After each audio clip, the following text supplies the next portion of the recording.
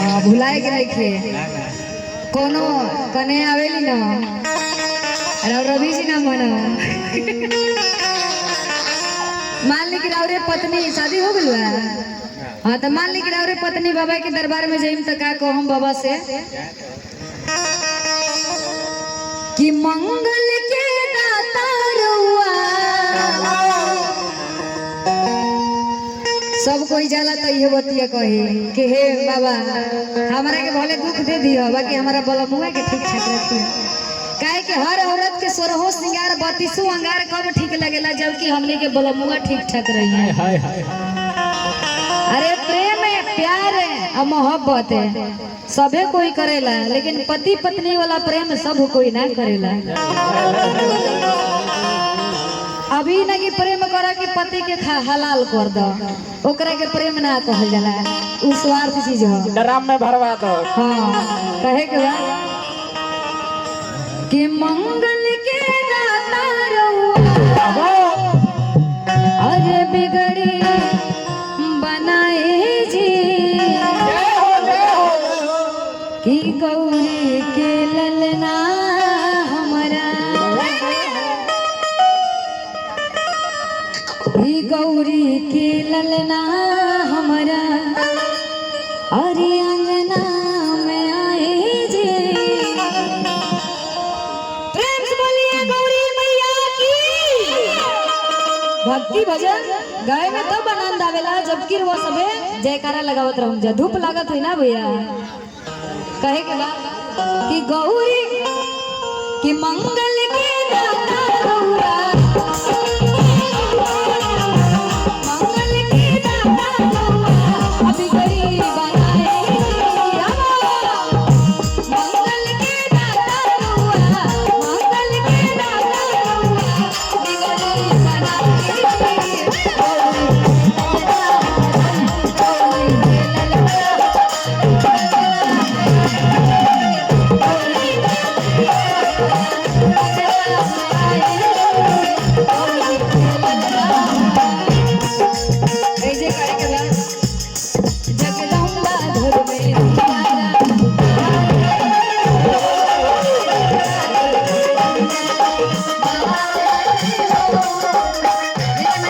अच्छा लगा था ना देखो दोनों हाथ उठाइए तो जितने भी माई बहन है हाथ उठाइए प्यारा प्यारा बाबा के प्रांगण में आए ना हाथ उठाइए सभी लोग जितने भक्त लोग जुटे हाथ उठाइए प्यारा प्यारा कहना है प्रेम से बोलिए शंकर भगवान की जयकारा के साथ जगदम्बा घर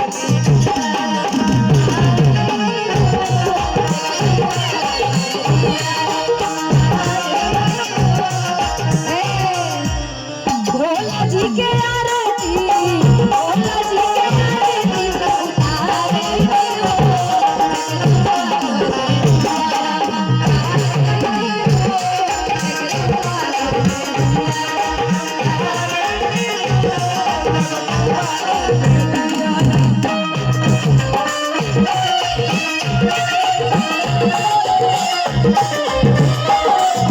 बड़ा सुंदर भक्त हुआ कहत भक्त सब देवतन में हुआ पहिले पूजया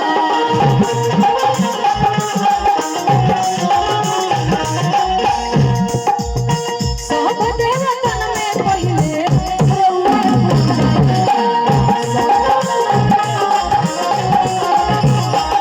भक्तन के तीर सुने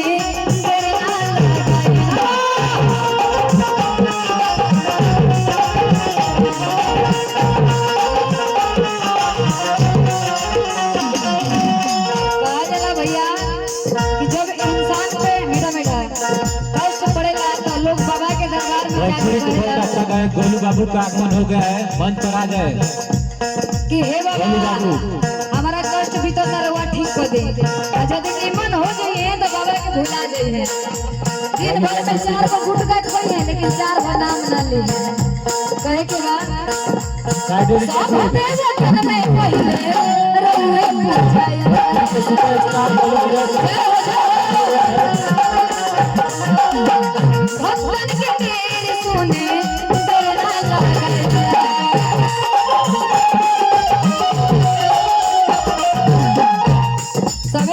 जाना था कि गणेश जी के सबसे प्यारा के रहे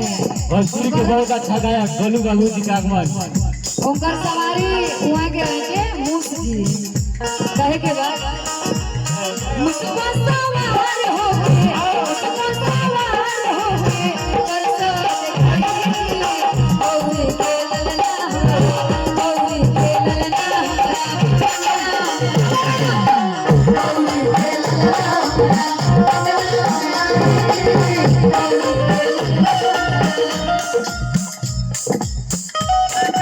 जय हो